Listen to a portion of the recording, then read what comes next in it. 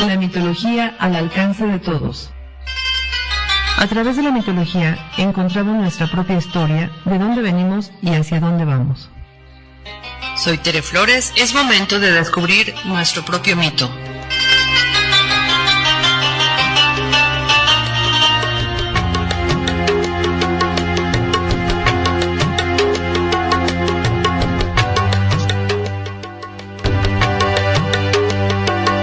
Hola amigos, ¿qué tal? Muy buenas tardes. Nos encontramos en el programa de la mitología al alcance de todos. Y nos da mucho gusto que nos estén escuchando. También saludo a Lorna. ¿Cómo estás, Lorna? Gracias por ayudarnos en los controles. También a Alf, que está con nosotros. Gracias, Alf, por este programa que nos pusimos a estudiar mucho y creo que quedó bonito, ¿verdad? Gracias. Así es, Tere. Buenas tardes amigos. Lorna. Amigos, pues este día traemos un programa muy bonito de un viaje que hicimos hace unos días a esas tierras de Turquía. Recopilamos mucha información, algunas cosas que les vamos a contar y estoy seguro que va a ser muy interesante y agradable para ustedes. Así es. Bueno, pues entonces sigamos platicando del viaje, porque acuérdense que les hemos venido platicando del viaje desde que llegamos a París, lo que conocimos en el Louvre, todos los dioses que nos encontramos, y de ahí han salido las historias de Prometeo, que les hemos platicado en este último mes, de la diosa Venus Afrodita, de Atenea, y ahora pues vamos a pasar a platicarles lo que pasó en Turquía cuando llegamos precisamente a Estambul. Bueno, platiquemos qué sucedió. Ya ven que nos fuimos en un barco. Bueno, pues cuando nuestro barco llegó una mañana a Estambul, pues ya llevábamos como 7 días navegando, ¿verdad, Alf? Ya eran bastantes días, visitando diversos lugares, obvio, de Italia, de Grecia. Y recuerden que les hemos platicado de los diferentes mares que navegamos y de las islas que vimos en esta travesía. Pues bien, cuando desembarcamos y nos llevaron en nuestro tour a hacer un recorrido por toda la ciudad, porque es una ciudad bellísima, no saben qué cosa tan hermosa, pues nos subimos al camioncito y la guía empezó a mencionar la historia fabulosa de Estambul. Y bueno, empezó con su narración y dijo que todos los turcos han creado una infinidad de cosas para la humanidad y que nosotros no lo sabemos, no hemos volteado a Turquía a ver qué es lo que ha creado. Y bueno, como en poema empezó a contarnos todo lo que es Turquía. Y nos dijo de esta manera, a ver si lo puedo recordar. Dijo: estamos en Bizancio, en Constantinopla, en Estambul, bienvenidos. Constantinopla es el emperador de Oriente y en Asia llevó el nombre de Anatolia, que significa el país donde el sol nace. En la época gloriosa del Imperio Otomano, Occidente inventó la imagen de un turco bárbaro. Al mismo tiempo, adornaron esta imagen con una complacencia sensualidad, pero en la realidad ni lo uno ni lo otro. Europa siempre ha hostilado el aspecto de nosotros los turcos, entre el temor y el encantamiento. Aquí nació la civilización occidental con Tales de Mileto, Anaximato, Heráclito, y aquí nacieron los dioses, los héroes y los ojos de los cristianos. Nació la Ilíada y la Odisea. Quiero decirles que los turcos son tanto europeos como orientales, y no deben de temernos. Tenemos edificios tan altos y modernos como cualquier otra ciudad moderna del mundo, además de las antiguas y más hermosas construcciones como la Mezquita Azul, la Catedral de Santa Sofía, la Casa de la Virgen María.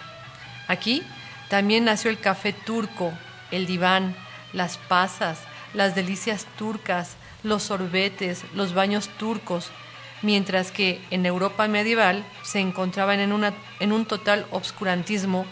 Turquía se encontraba en todo su esplendor, en especial Constantinopla, hoy conocida como Estambul. Vivía en grandes riquezas y grandes voluptuosidades. Turquía es el cielo. Bienvenidos. Bueno, y ya con esa bienvenida que nos da de esta manera, contándonos todo lo que ha sido Turquía, pues nos quedan muchas ganas de recorrer toda esta ciudad tan maravillosa. ¿Qué recuerdos te trae esto, Alf?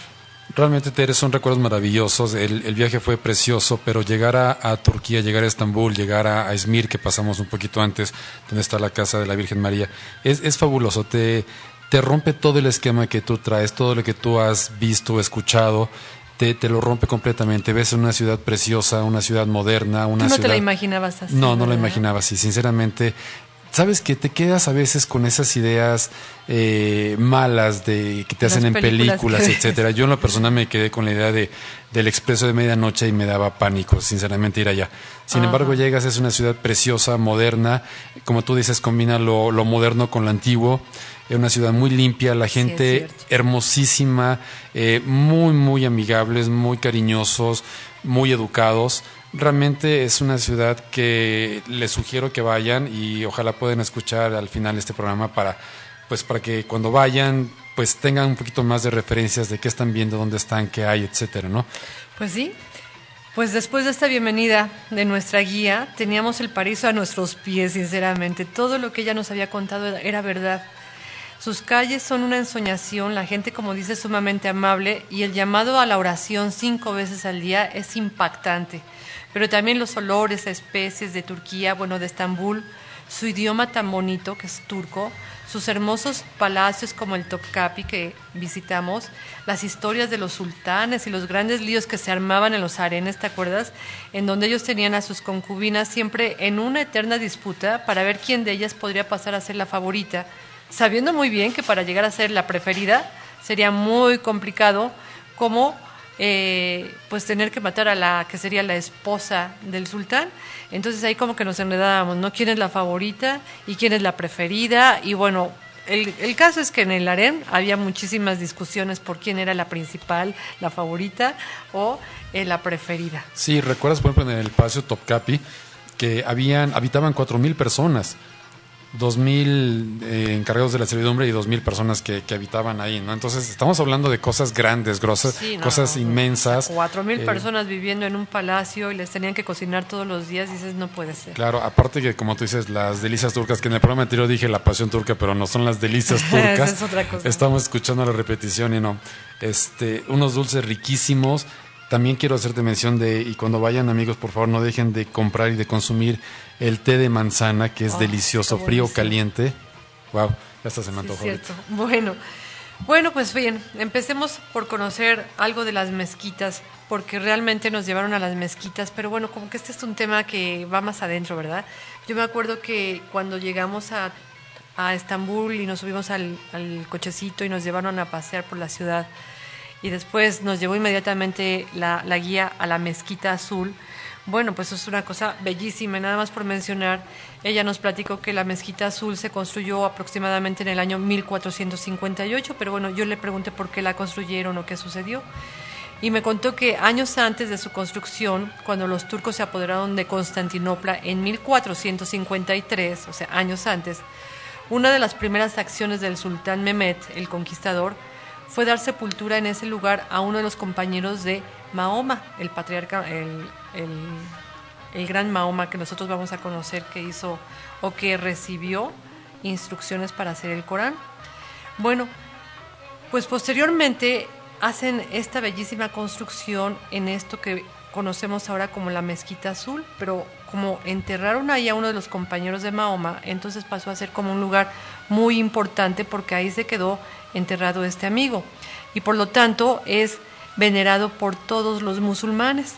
Dice, esta mezquita refleja la luz en el mármol, fíjate, es una belleza, entras a la mezquita y ves luz por todos lados, completamente vacía, ahí no hay sillas, ahí no hay nada que te pueda hacer pensar que llegas, te sientas y descansas, no, es completamente vacía y ya les platicaremos qué se siente y qué hacen cuando se ora en una mezquita.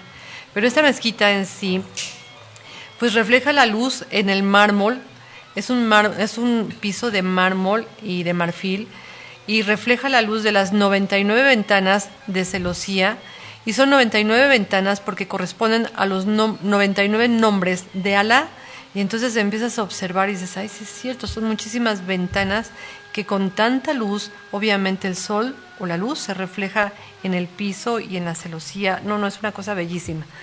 Bueno, y aquí empezaremos a ver cómo inicia todo este mundo del Islam. Un mundo realmente muy diferente al que nosotros conocemos y que ya empieza a tener mucha fuerza en todo el mundo y realmente pues es ir a vivir cosas que no conocemos, no entendemos y que a veces nos parecen extrañas, pero con mucho respeto vamos a contar lo que vimos. Claro, y aparte que no estamos acostumbrados a a entrar a esos lugares tan sagrados. Por ejemplo, las personas no pueden entrar en shorts, no pueden entrar con una falda corta, no pueden entrar con los hombros descubiertos, con un escote pronunciado, y lo más importante, tienen que entrar descalzos, y las mujeres con su cabeza tapada. Cubierta. Entonces eso habla de mucho respeto, habla de gente muy muy civilizada en ese aspecto, que tienen respeto. Pues sí, que vas a un lugar sagrado, no vas a ligarte a nadie, no vas a conquistar a nadie, Claro. vas a encontrarte con Dios. Bueno, y de acuerdo a lo que aprendimos en Estambul, el término Islam es una palabra árabe que significa paz y sumisión. Un musulmán practicante se esfuerza en someterse incondicionalmente a Dios, alcanzando de tal modo la paz en esta vida, así como en el más allá. Fíjate, ellos piensan en el más allá también.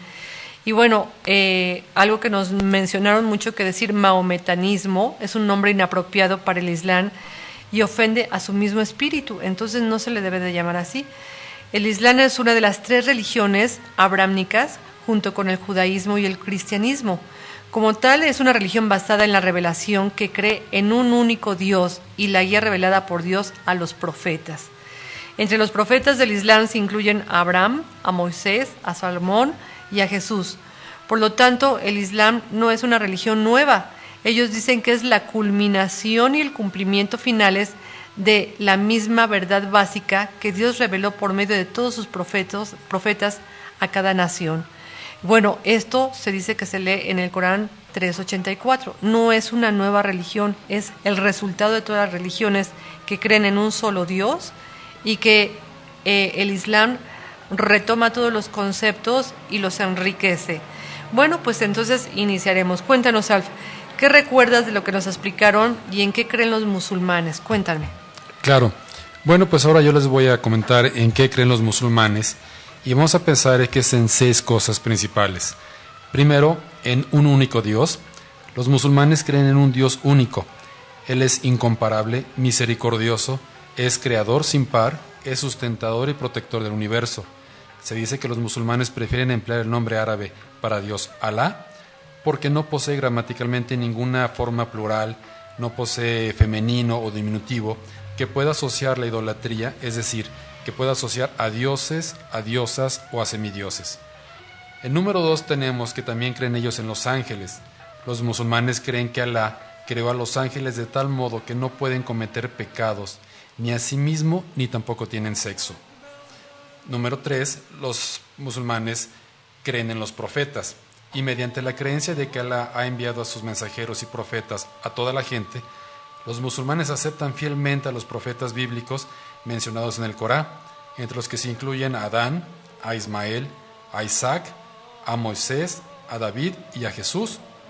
Y se dice siempre cuando se menciona a ellos, la palabra sea con todos ellos. También se dice la paz sea con todos ellos. Así es. Esto es a manera de mucho respeto, por ¿Verdad? supuesto. Uh-huh. Siempre que los mencionan con total respeto, es increíble. Claro.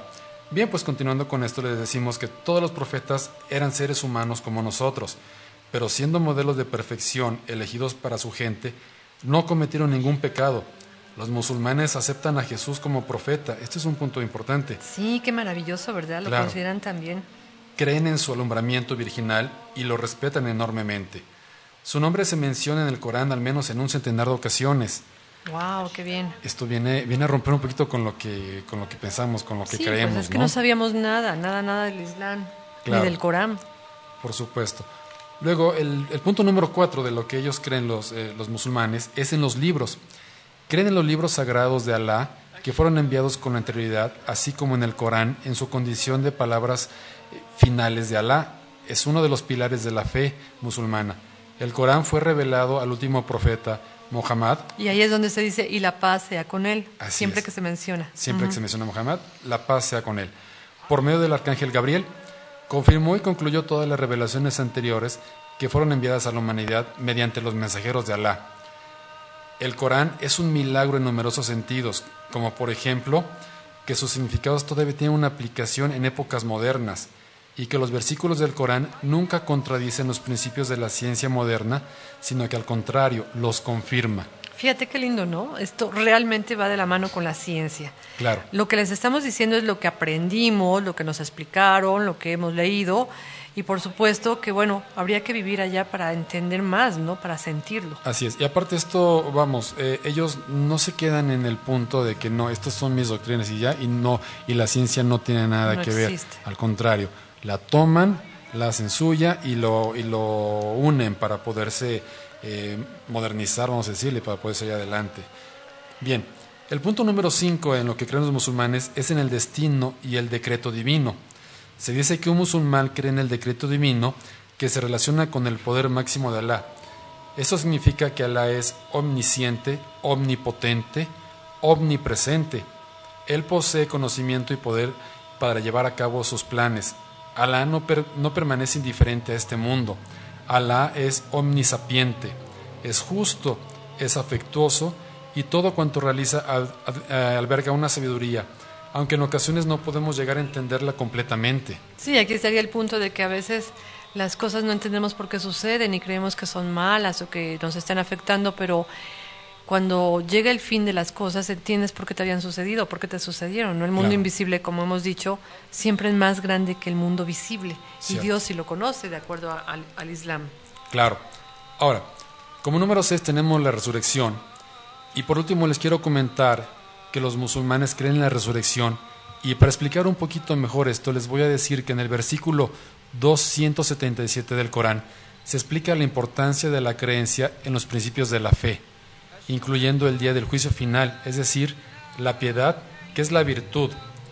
Y esta piedad no consiste en tomar el rostro hacia el oriente o hacia el occidente, más bien es aquel que posee piedad, el que cree en Dios, en el último día, en los ángeles, en los libros, en los profetas, el que obsequia su riqueza con placer a pesar del amor que siente por ella, el que da su riqueza a parientes, se la da a huérfanos, se la da a necesitados, se la da a viajeros y a mendigos, a todos los que necesitan un préstamo.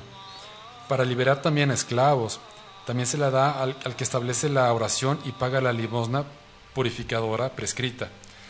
Son piadosos aquellos que cumplen los pactos cuando los contraen, son pacientes y perseveran en la adversidad, la dificultad y la enfermedad, y también en momentos más tensos, tal como la lucha entre la verdad y la falsedad. Aquellos siempre están a favor de la verdad. Recuerda lo que habíamos comentado. Sí, caray, aquí es lo que nos hace pensar muchísimo, ¿no? Así es. La verdad, bueno, en fin, ¿en qué creen los musulmanes? Pues creen en 5 puntos, 6, ¿verdad? Dijiste 6. Un 6. Único Dios, en los ángeles, en los profetas, en los libros sagrados, en el destino y el decreto divino y en la resurrección, que es la renovación, casi, ¿no? Lo podríamos entender así. Claro, y también lo veo como la humildad. El poderte deshacer de tus propiedades, el poderte deshacer de aquello que atesoras para ayudar al humilde, para ayudar al necesitado, y de esa manera poder llegar a un punto en el cual tengas esa resurrección, puedas ser, ¿qué se puede decir? Tener esa resurrección, ¿no? Se me fue la palabra. Volver a empezar, digamos, empezar, ¿no? claro. Okay. Bueno, pues no cabe duda que el Islam, como dijimos, es muy extraño a nuestras costumbres, y si tú te fijas en el fondo es lo mismo que nosotros los católicos, en que nosotros los católicos creemos, es muy parecido, nada más que ellos hablan de Alá y nosotros hablamos de un Dios Padre, y luego por otra parte hablan de sus profetas muy parecido a los profetas que nosotros conocemos, pues finalmente está Moisés, Isaac, Jesús, pero nosotros consideramos a Jesús como un hijo de Dios. Y ellos insisten mucho en que no son hijos de Dios, son seres humanos normales que pudieron recibir información celestial. Ahora, también nos explicaron que el Islam tiene 5 pilares que son bien importantes. Uno de ellos son precisamente el Shahadah. Y dicen que esto significa que Alá, Mohammed o Mahoma, como lo conocemos normalmente nosotros, es el mensajero de Alá. Entonces Alá eligió a Mohammed o a Mahoma, que realmente se dice Mohammed, lo elige para que lo pueda escuchar y él pueda escribir con el tiempo todo lo que le va dictando. Entonces diríamos que el testimonio que da Shahadah es precisamente la interpretación, el entendimiento que Mohammed va a comunicar después a toda la gente y que se va a quedar esto en el Corán. Pero luego viene el Salah, que significa las 5 oraciones diarias.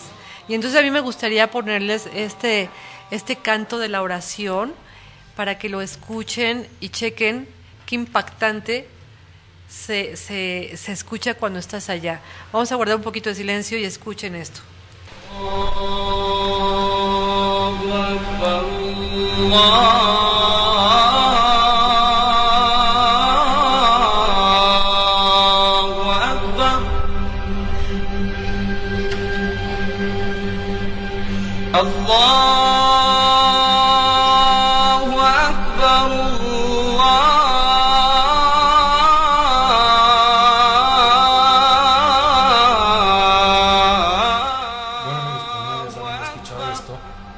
Otro de los 5 pilares del Islam. Pero cuéntanos, ¿qué es esto de las 5 oraciones diarias? O sea, ¿por qué se hacen 5 oraciones? Así es. Bueno, las oraciones diarias son ofrecidas 5 veces al día como una obligación para con Alá. Consolidan, vivifican la creencia en Alá e inspiran al hombre hacia una moralidad más elevada. También purifican el corazón y previenen la tentación en pos de los pecados y el mal. Se alienta con gran entusiasmo a los hombres musulmanes a que realicen sus 5 oraciones diarias en congregación en la mezquita. Por otro lado, las mujeres musulmanas son libres de rezar, pero esto es donde más a ellas les convenga, pero no en la mezquita. Este es para los hombres. Una mezquita en su forma más básica es estrictamente un limpio espacio designado para las oraciones. Aquí hago un paréntesis. Una mezquita es un lugar muy grande, muy limpio. No hay nada absolutamente más que el espacio para que todos hagan sus oraciones, ¿sí? Y las mezquitas ubicadas a lo largo del mundo han adquirido diversas formas arquitectónicas que reflejan las culturas locales. Abarcan desde los pabellones separados en China y patios con gran profusión en adornos en la India, hasta las grandes cúpulas de las mezquitas en Turquía y las estructuras modernas a lo largo del mundo. Así es. Y bueno, escuchamos todos el llamado a la oración. Ese llamado se hace 5 veces. Ya conforme vayamos platicando, vamos 5 veces al día, sí, vamos a ir contando qué es lo que se dice en estas oraciones. Bueno, ¿y cuál sería el otro punto de los 5 pilares del Islam? Que sería el tercer punto. Ya llevamos el Shahada, que es el testimonio, el Salah, que es el segundo, que es el llamado a las 5 oraciones, y el otro punto, ¿cuál sería? Bien, pues el tercer punto es el Sang, que es el ayuno, y se dice que los musulmanes guardan el Ramadán, el mes de ayuno, no solo absteniéndose de alimento, bebida y relaciones maritales. Esto va desde el amanecer hasta la puesta del sol, sino también de las intenciones y los deseos malvados. Enseña el amor, enseña la sinceridad y la dedicación, desarrolla una conciencia social sana y la paciencia, la generosidad y la voluntad, la fuerza de voluntad también ayuda al adinerado a entender las dificultades de los que sufren de hambre, de los que carecen de ese dinero, ¿no? Sí, caray, esto es bien interesante porque todos tienen la obligación de hacer una peregrinación en la época del Ramadán, que es una fecha importantísima. Tienen que ir a la Meca y es en donde tienes que observar que debes de ir de lo más sencillo para purificarte. Todos los musulmanes tienen algún día que ir a la Meca. Y ahí, bueno, la Meca es algo impresionante porque es un cubo negro y la gente gira alrededor de la Meca y hacen unas cosas interesantísimas, pero bueno, ya les platicaremos con detalle exactamente en qué consiste esta historia del Ramadán. Bueno, y el punto 4, ¿cuál sería? Bien, el punto 4 es el Shaka, que tiene que ver con la purificación de la riqueza. Se dice que la veneración islámica no se limita tan solo al reino espiritual. Las obligaciones materiales se aplican a aquellos que puedan permitírselo. El Shaka es el pago anual de un 2.5% de la cantidad total de los ahorros y los bienes comerciales obtenidos a lo largo de un año por un creyente. Es un deber religioso, ¿verdad? Así es un deber religioso y como purificación de su riqueza también. Dicha suma debe abonarse directamente a los sectores más pobres y desfavorecidos de la comunidad, Se requiere de los musulmanes que ayuden a los pobres, a los huérfanos y al necesitado, y esto es proveyéndoles al menos de una cantidad fija de dinero para facilitar sus vidas. También en un intento por conseguir salvarles de la desigualdad, el Islam alienta siempre a los musulmanes a que compartan sus bienes materiales con aquellos menos afortunados. No obstante, la cantidad mínima de dicha ayuda al compartir si no es sino dar el shahá, que es el 2.5% de sus ahorros y bienes materiales claro, acumulados en un año. Pero fíjate, esto es de las personas que están en posibilidad de darlo. Y entonces esas personas lo dan a los necesitados. Qué bien, ¿verdad? Claro, o sea, bueno, a un necesitado, a una persona que necesite, que esté en mala situación, no le piden este 2.5, al contrario. Nuestra religión creo que se llama diezmo, ¿no? Claro. Hay que ir a dar el diezmo también. Bueno, ¿y el quinto punto? El quinto punto es el hajj, que corresponde a la peregrinación a la Meca, Aquí lo que está. comentabas hace un momento. Pues bien, esta obligación debe ser realizada una vez a lo largo de la vida de un creyente, si se puede y si lo permite su situación financiera y también su situación física. Durante los últimos 1400 años, el milagro islámico de la verdadera fraternidad de todas las razas y naciones ha sido contemplado en acción mientras los musulmanes se reúnen anualmente para la peregrinación. El Hajj, en la ciudad sagrada de la Meca, lugar sagrado donde se localiza la casa de Alá, la Kaaba, siendo el único lugar de peregrinación, así como la dirección a la que se dirige el musulmán para efectuar las 5 oraciones diarias. La Kaaba es un antiguo edificio con forma cúbica que data de la época de Abraham. En la actualidad es visitada por cerca de 3 millones de musulmanes envueltos en sus vestidos blancos, como cada año durante el Hajj. Bueno, esto es interesante porque yo algún día vi un programa en televisión de pues de todo este proceso, peregrinación, de unas personas que vivían en Nueva York, que son musulmanes. Y el señor llevaba a su hijito a este evento, ellos muy, muy, muy ricos, muy millonarios, pero ya que llegan ahora sí que a Arabia, que es donde está este lugar que es la Meca, en donde está la Kaaba, pues resulta que sí iban de lo más sencillo, simplemente un vestuario blanco, una túnica blanca, con lo indispensable para comer, pero también para compartir con los que no tenían nada, y caminan y caminan y caminan, y cuando llegan ya a la Kaaba, pues resulta que todos están girando alrededor de esta piedra negra, donde se supone que hay algo importantísimo ahí adentro. Realmente nunca nos dijeron, ahora que fuimos, qué es lo que debería de haber en la Meca o en la Kaaba. Yo supe que ahí podría haber una piedra, también una piedra que se supone que cayó del cielo. Entonces esta piedra puede ser un meteorito que traía o que llevaba la información sagrada. Entonces a esa es a la que se le podría estar orando. Claro, esto es lo que yo vi en la televisión, no lo sé perfectamente porque allá en Turquía y en la mezquita nunca nos explicaron esto. Y lo más importante es que cuando toman o hacen la toma desde arriba en un helicóptero, se ve cómo gira toda la gente alrededor de la Kaaba y todos vestidos de blanco realmente asemeja al movimiento de la Vía Láctea. La Vía Láctea, acuérdate que son como una espiral girando y el centro, un hoyo negro, y todos moviéndose de blanco y orando. No, es una cosa impresionante, es algo bellísimo, porque pues obviamente los que están abajo no se ven desde arriba qué es lo que está pasando, y lo que están haciendo es una similitud a lo que sería la Vía Láctea. ¿Cómo ves, Cuéntanos más, Alf. ¿Qué es el Islam? Ya nos lo dijimos. ¿Qué más sabes del Islam, de todo lo que investigaste? Bien, pues les voy a comentar, amigos, que en el Islam cada ser humano nace libre de pecado. No existe el pecado original. Cada persona es responsable de sus propios actos y nadie llevará la carga de los demás. Esto está dicho en el Corán en el 664. Cada persona es inspirada con el conocimiento de Alá y por naturaleza se halla inclinada hacia el Islam antes de su nacimiento. Es por lo tanto nuestra responsabilidad buscar la guía de Alá y mantener nuestros corazones puros y libres de la corrupción. Esto dicen ellos.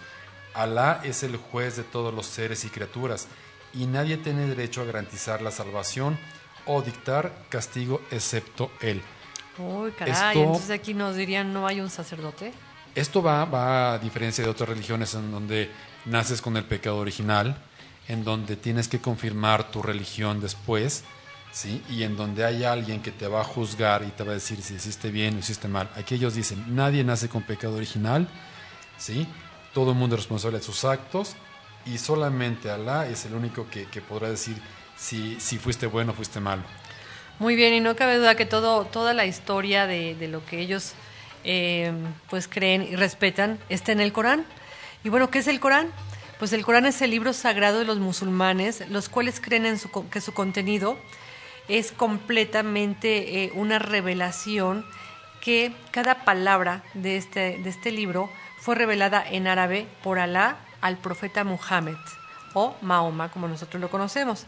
Pero toda esta información la pasa Alá a Mahoma o a Muhammad a través del arcángel Gabriel a lo largo de un periodo de tiempo de 23 años durante el siglo VII después de Cristo. Y la revelación del Corán se inició cuando el profeta tenía 40 años. Esto me recuerda tanto a la Cábala. Dice, el Corán consta de alrededor de 600 páginas, 114 capítulos y 6.236 versículos. La extensión de los capítulos varía desde el capítulo más largo, que posee 286 versículos, hasta el más corto, que consta de solamente tres versículos. Pero bueno, les decía que se parece a la Cábala porque a Mahoma le empezaron a transmitir todos estos mensajes a la edad de 40 años. Y cuando hablamos de Cábala nos dicen que para poder estudiar Cábala tienes que tener 40 años para que puedas entender lo que te va a ser transmitido. Bueno, pues no cabe duda que es importante saber cuándo empezó Mahoma a entender al arcángel Gabriel, ¿verdad? Claro, Tere. Ahora fíjate que, dado que el profeta era un hombre iletrado, sus primeros seguidores memorizaron y registraron con avidez cada nueva revelación, al mismo tiempo que iban siendo revelado. O sea, yo lo que leí, perdón, es que Mahoma no sabía escribir. Así es. Qué increíble, ¿verdad? Así es. Y sus seguidores lo que hacían es que lo escuchaban e inmediatamente iban pasando todo su conocimiento. Así que se dice que para cuando el profeta había fallecido, el Corán había sido ya completado y muchos creyentes lo habían memorizado en su totalidad. Wow. En un plazo de 2 años después de la muerte del profeta, el primer califa Abu Bakr recopiló el Corán en un manuscrito que se convirtió en el pilar en el que se basaban las ediciones autorizadas, que posteriormente fueron distribuidas a cada provincia musulmana durante el gobierno de Usmán, que era el tercer califa. Y de manera notable, algunos de esos primeros manuscritos han sido preservados hasta nuestros días y se puede contemplar todavía en los museos estos manuscritos. De este modo, la autenticidad histórica del Corán puede ser verificada y su texto ha sido preservado de manera tan escrupulosa y minuciosa que existe solamente una versión autorizada en árabe. Ah, solamente una en árabe. Increíble, ¿no? Claro. Bueno, pues no cabe duda que esto del Islam ni del Corán para nosotros es muy nuevo y es muy interesante. Pero bueno, de manera apropiada, la palabra Corán significa recitación, y el primer versículo del Corán que sería revelado por el profeta Mohammed fue una orden que decía: lee en el nombre de tu Señor, quien te creó. Mientras que las anteriores escrituras habían sido anotadas y transmitidas por ciertos círculos de la élite de la época, que estaban integrados por sacerdotes y escribanos, normalmente bastante tiempo después de la muerte del fundador de la religión, pues tal directriz destinada a Mohammed, quien como la mayoría de la gente de su tiempo no podía leer ni escribir, marcó el principio de una nueva era en la comunicación, el aprendizaje y el desarrollo humano a través de la recitación. ¿Cómo ves? Tenían que activar mucho la memoria. Claro, así es, Tere. Y fíjate que por consiguiente, los musulmanes creen en la forma original de todos los libros revelados que se mencionan en el Corán. La Torá de Moisés, los Salmos de David y los Evangelios de Jesús. El Corán también menciona las escrituras de Abraham. Es una recopilación, como habíamos dicho, ¿verdad? Así es. Y puesto que los coetáneos de Moisés poseían aptitudes excelentes para la magia, su milagro principal fue derrotar a los mejores magos de Egipto que había en esos tiempos. Sí, es cierto, porque en ese tiempo pues había muchísima magia. Donde Moisés vivía en Egipto, pues había los sacerdotes egipcios que manejaban increíblemente todo lo que eran las energías. Y bueno, los del tiempo de Jesús eran reconocidos como expertos médicos, por lo tanto, el milagro de todos ellos fue curar enfermedades incurables. Entonces tenemos que, de acuerdo a estas historias, Moisés tenía que derrotar a los magos y Jesús tenía que hacer milagros curando a la gente. Bueno, pues los árabes en el tiempo de Mohammed eran célebres por su elocuencia y poesía. Y entonces, por consiguiente, el principal milagro del profeta Mohammed fue el Corán, el equivalente del cual ni una legión entera de poetas y oradores árabes podría siquiera elaborar a pesar del reiterado desafío del Corán mismo. O sea, realmente dicen que el Corán es una poesía, una verdadera poesía. De hecho, fíjate, Tere, que se dice en el Corán que sin duda, si la humanidad y los genios se reuniesen para producir algo similar a este Corán, nunca serían capaces de hacerlo, aunque se respaldarían mutuamente con ayuda y con apoyo. Esto lo dice el Corán en el versículo 1788. ¿Qué tal, eh? Bueno, pues no cabe duda que el Corán es venerado por los musulmanes como la última escritura sagrada de Dios. Sus versículos han sido y son recitados, memorizados y llevados a la práctica con cariño por los musulmanes de todas las nacionalidades desde que fue revelado. Y son los versículos del Corán los que los musulmanes leen durante sus 5 oraciones diarias. Obviamente los fieles son inspirados, consolados y a menudo lloran de la emoción por su elocuencia e imaginación poética. Bueno, pues esto ha durado muchísimos años porque realmente los últimos 14 siglos los musulmanes a lo largo y ancho del mundo han escrito los versículos coránicos empleando diversas formas caligráficas, hermosas, muy hermosas, porque nosotros las vimos en su perfección en las mezquitas turcas, en donde todo lo que se escribe en base al Corán es una escritura caligráfica, es de lo más hermoso que se lleva a cabo. Y no en vano hay un famoso refrán que reza: el Corán fue revelado en la Meca, recitado en Egipto y escrito en Estambul. Y ya ves las escrituras tan hermosas que había. Claro, así es. Y fíjate que en añadidura a su belleza, el Corán alberga numerosos versículos que describen puntualmente los fenómenos naturales en los diversos campos de la ciencia, como es la astronomía, como es la geología o la embriología. Y se dice que los científicos han hallado sus descripciones válidas, algo inexplicable para un libro datado a principios del siglo VII después de Cristo. Como consecuencia, el conflicto entre la fe y la razón y la religión y la ciencia que emergió en Europa durante la Edad Media. Nunca se dio eso en el Islam. O sea, ellos no peleaban con la ciencia y la religión. Así es. Ah, caray. Y fíjate que reiteradamente el Corán anima en numerosos versículos a la gente a que reflexione y emplee su inteligencia. Aun cuando no es un libro de ciencia, sus versículos ordenan a los seres humanos a que reflexionen sobre la gloria de Dios mientras ponen de relieve las maravillas de la naturaleza o las lecciones de la historia. ¿Qué tal, eh? Bueno, pues los musulmanes creen que es una revelación el Corán, una revelación viva para una edad moderna que permite que se revele de nuevo con el paso del tiempo. Bueno, es un mensaje muy especial por parte del Creador a la humanidad, sinceramente, porque podemos los humanos preguntarnos cuál es el propósito de la vida o el significado de la existencia, y dicen que en el Corán se puede entender y se puede tomar como una guía excelente para que sepamos por qué estamos aquí en la Tierra. Y bueno, ¿qué más seguiría, Alfa? Pues sí, Tere. Del Corán, cuéntanos. Fíjate que el mensaje principal del Corán es convocar a la gente para que se tornen hacia la fuente de todos los seres y dador de la vida, y para servirle con un corazón puro, libre de idolatría y de superstición. El Corán rechaza el concepto de salvación o de privilegio especial basado en aspectos de pertenencia étnica, de raza o de color. La salvación espiritual debe ser alcanzada mediante el propósito firme de compensar nuestros pecados con buenas acciones. Es decir, tú haces algo malo, bueno, entonces ahora haz más cosas buenas para que compenses esa cosa mala que hiciste, ¿no? Sí. Y también de nuestra intención sincera de no repetir los mismos errores en el futuro. No se da un sacerdocio oficial en el Eso es Islam. algo interesante, que no hay sacerdocios, pero eso vale la pena resaltar. Y entonces, ¿a quién siguen? ¿Cómo se llama el que siguen? A ver, Tere, sí, te estaba comentando. No se da un sacerdocio oficial en el Islam, sino que el imán, que es simplemente un dirigente de la oración, bien informado por cierto, y ahí se dice que nuestros pecados tan solo necesitan ser confesados directamente con el Creador. No necesitas un padre a que vayas y le confieses tus pecados, simplemente con que tú hables directamente con Alá, con tu Creador, con eso tú estás en buen... ¿Qué se puede decir? Buenos términos con Alá. ¿no? Ajá. Ahora, eso del imán es a donde yo quería llegar.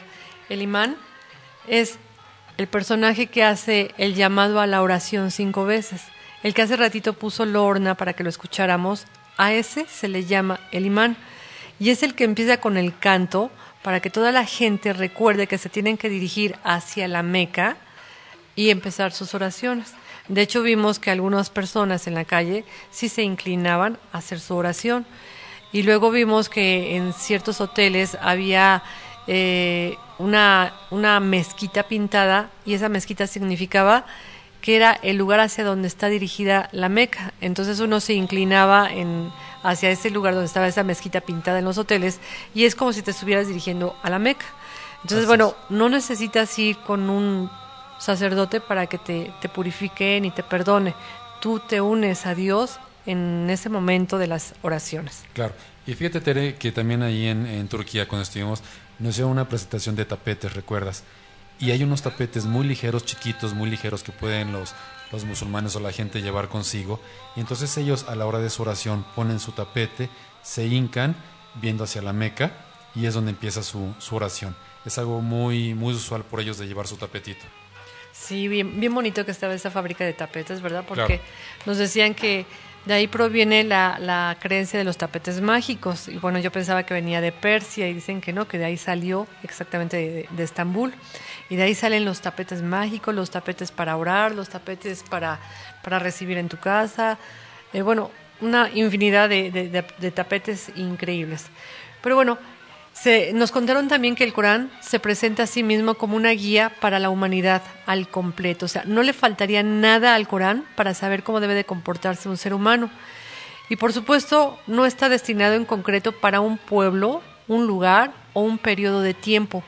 Relaciona sus argumentos con los valores básicos de la fe y la ética, mientras que evalúa determinadas experiencias de las naciones a lo largo de la historia. O sea, se va adaptando a la historia porque ya está platicado ahí todo. Imagínate qué belleza. Claro, yo lo que comentábamos, que ellos no están peleados con la ciencia, con la historia, van avanzando ellos. Así es. Ahora, nos decían que no requiere que la gente crea ciegamente, y realmente el Corán se dirige a la gente que razona y entiende, y pide que los seres humanos piensen sobre sí mismos y sobre la existencia. También pide que piensen sobre la tierra y las montañas, las nubes y el cielo, el sol, la luna y los planetas en sus órbitas. Obvio, en la alternancia de la noche y del día. Y pide que reflexionen sobre nuestra propia vida. Además, el Corán nos pide que contemplemos las semillas que sembramos, tanto físicamente así como semillas, como lo que estamos diciendo, lo que estamos pensando. También pide que cuidemos el agua que bebemos, que observemos el alimento que comemos y el resto de toda la creación, que lo observemos y agradezcamos a Dios por todo lo que tenemos a nuestro alrededor. Bueno, pues viéndolo así y con esta explicación que encontramos, obvio, de principio a fin, el Corán resalta el conocimiento y la razón como el camino válido hacia la fe y el conocimiento de Dios.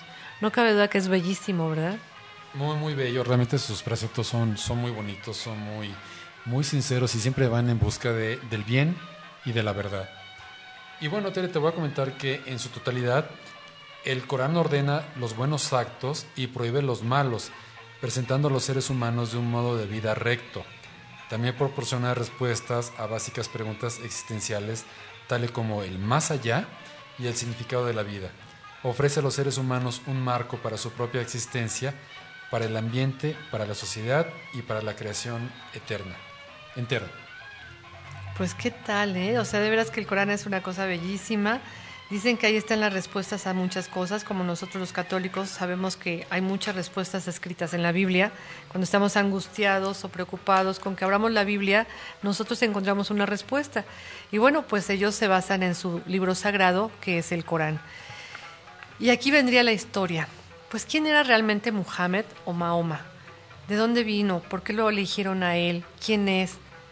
¿Cuál fue su propósito de vida? ¿Por qué no se dio cuenta durante tanto tiempo que era un elegido de Dios y que le iban a transmitir un montón de información? Y se tuvo que dar cuenta a los 40 años. ¿Tú qué investigaste de Muhammad?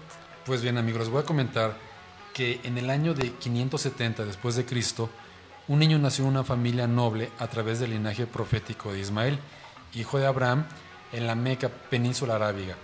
Su nombre era Mohamed, se decía que era el elogiado, y él se quedó huérfano a una edad temprana. Por lo tanto, él entendía la situación grave de los huérfanos y de los menos privilegiados. Muhammad alcanzó la pubertad con un carácter excepcional. Alá Todopoderoso le protegió de los males del estilo de vida árabe, tales como beber alcohol, la fornicación, el robo, etc. Era conocido como Al-Amin, que significaba el veraz digno de confianza, ya que la gente le confiaba sus objetos de valor. Incluso antes del Islam, Muhammad se preocupaba por los problemas de la sociedad e intentaba establecer la virtud en la sociedad, tales como la prevención de las injusticias cometidas contra los comerciantes extranjeros. Fíjate que yo leí la historia de Alá y me encantó, de Muhammad o Mahoma, y me encantó porque él nace y el papá muere y entonces la mamá se lo tiene que llevar a donde están los abuelos paternos y tiene que atravesar una gran parte del desierto y en el camino ella muere.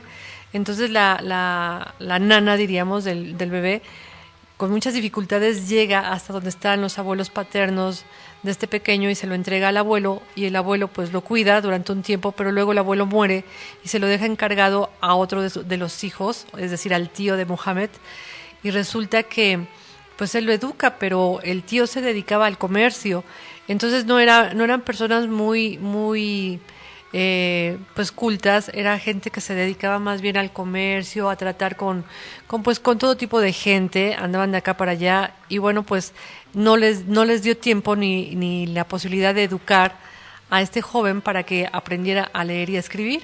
Y bueno, pues se dice que su forma de vivir la vida pues fue con comerciantes, con gente pues que no era muy letrada. Y bueno, esa fue su estructura con la que fue creciendo. Sin embargo, durante todo el tiempo en que él se dedicó a estas artes, pues también se preguntaba, pues, ¿qué más había, no? Y bueno, es precisamente cuando comienza la misión profética de Mahoma, que es a la edad de 40 años. Cuéntanos, ¿qué pasó ahí? Pues bien, fíjate que a la edad de 40 años, él recibió su primera revelación proveniente de Alá, durante el 9º mes del calendario lunar, Ramadán.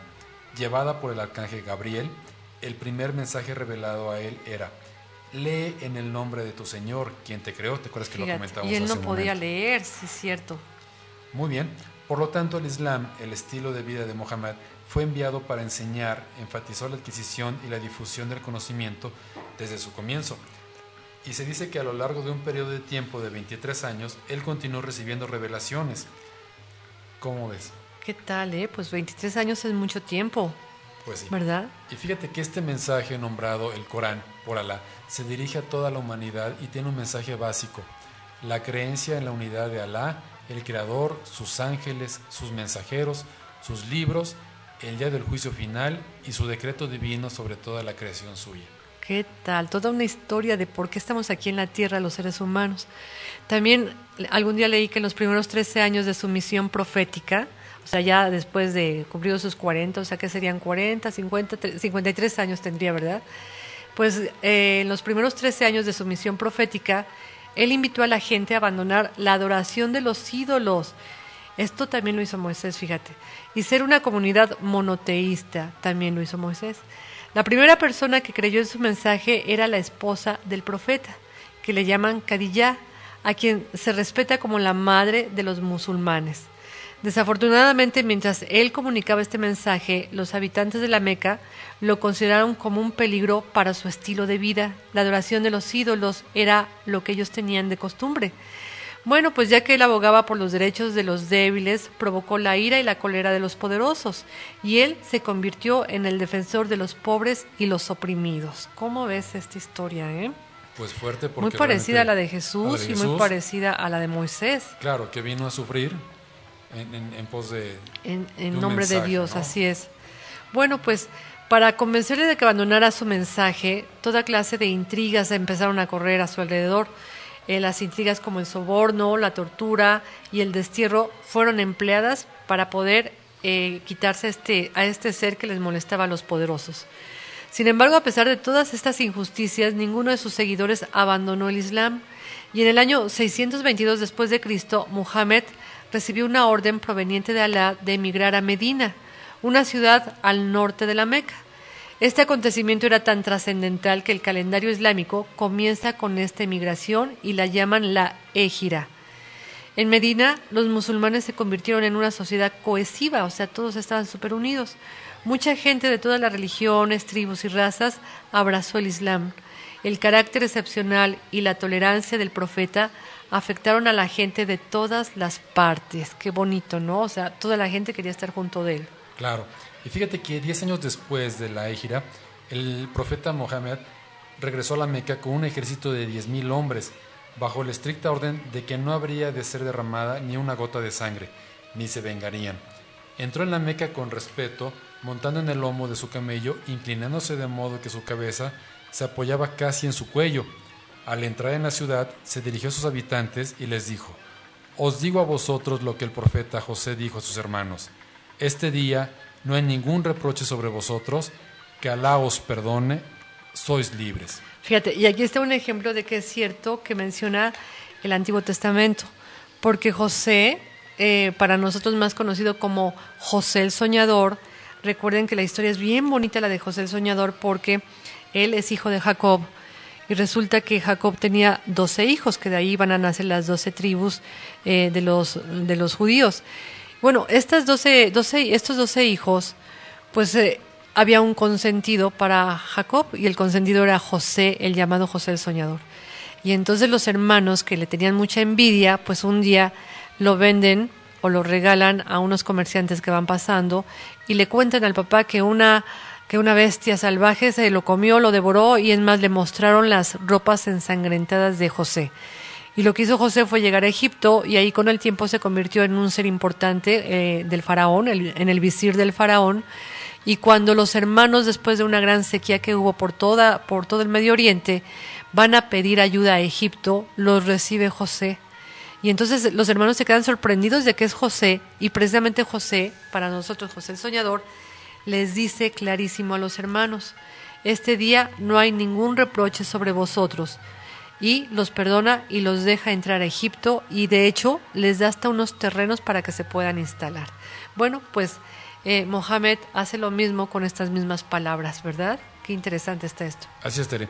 Pues fíjate que el año siguiente, en la época de la pregnación, él dio su sermón de despedida, en el cual dijo, si me permiten lo voy a decir. Sí. Él dijo: ahora hemos dejado las maneras de la ignorancia atrás, debemos abandonar todos los lazos con la usura, ha de existir justicia y nadie debe ser oprimido.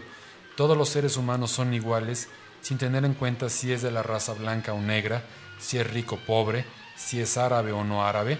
La cosa que nos distingue de los demás es la piedad. Ya no habrá paganismo. ¿Qué tal? Bueno, pues no cabe duda que era un personaje importantísimo, ¿verdad? Porque también nos narraron en este viaje las características morales de Mohammed, y bueno, nos dicen que él era muy modesto, nunca habló con palabras groseras, y cuando se hallaba en presencia de obscenidad, él se alejaba y la reprochaba. Él nunca levantó la voz a nadie y tampoco provocó un acto malvado cuando lo habían atacado a él, y simple y sencillamente él disculpaba y perdonaba. Nunca se vengó de alguien que lo oprimió, nunca desobedeció ningún mandamiento de Alá, y cuando se enfrentaba a dos opciones, él prefería siempre la más fácil mientras no fuera contraria a la voluntad de Alá. Así es, Tere. Y fíjate que también era una persona tan modesta que ayudaba a cocinar, ayudaba a limpiar la casa, solo hablaba de lo que le concernía, trataba a la gente con amabilidad y les hacía sentirse tranquilos en su compañía. Era generoso con todo lo que tenía, era muy equilibrado en su carácter. Si él se sentaba con alguien, nunca dejaría a su invitado antes de que éste partiera. Si alguien le ponía dificultades, él era paciente con él. Por lo tanto, todo el mundo quería estar con él, en su compañía. Él era muy cariñoso y nunca se mostraba codicioso o duro. Nunca aceptó alabanza, salvo que fuera razonable. Esto habla pues también de su ego, ¿no? Sí, caray, era un personaje. Bueno, pues esto nos acercó muchísimo a las historias de los judíos, a las historias de aquellos lugares, ¿no? En donde Moisés, como un profeta también, pues trató de sacar a todo un pueblo de todo lo que según él decía era esclavitud. No solamente era una esclavitud física, sino era una esclavitud moral, cuando trató de sacar a su gente Moisés de Egipto y se los llevó a la tierra prometida. Bueno, pues algo muy parecido está haciendo Mohammed, sacando a la gente de esta, pues a lo mejor depravación moral, de todo lo que era la corrupción humana, y trataba de alentarlos de que existía un porqué de estar aquí en la tierra, y ayudaba a la gente a encontrar su función, su destino, su objetivo.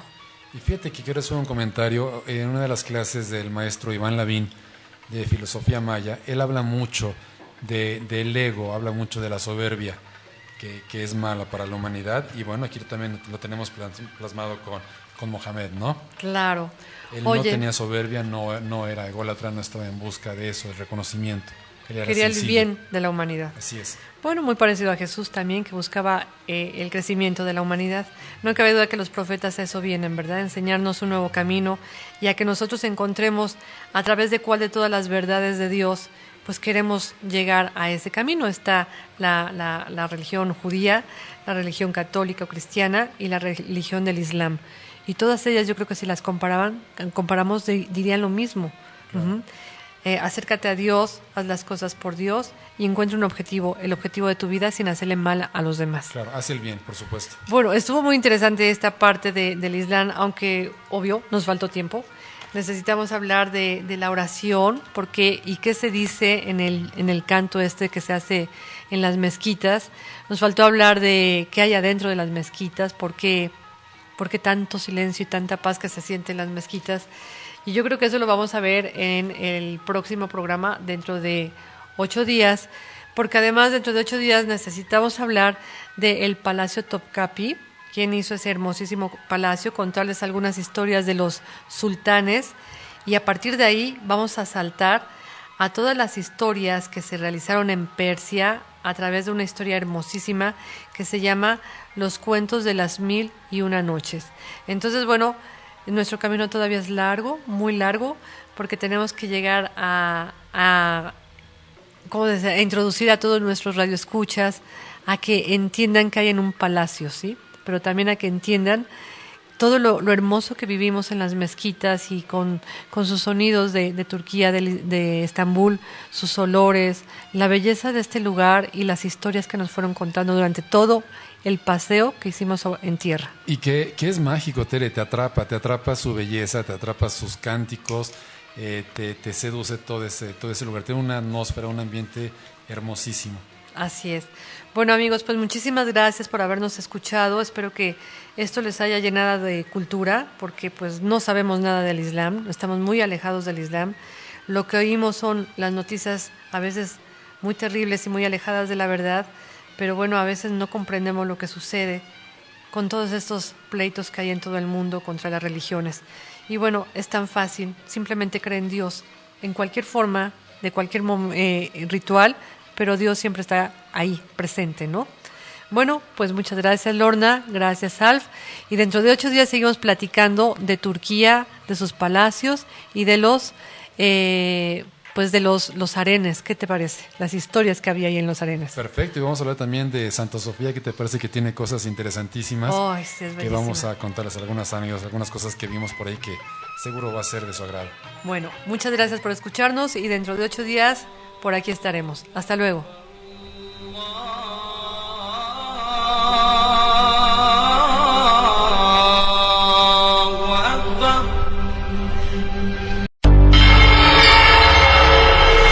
Soy Tere Flores y te espero la próxima semana para descubrir el mito que hay en ti. Conoce más de mitología en albedo.astrología@gmail.com o en Facebook albedo.astrología.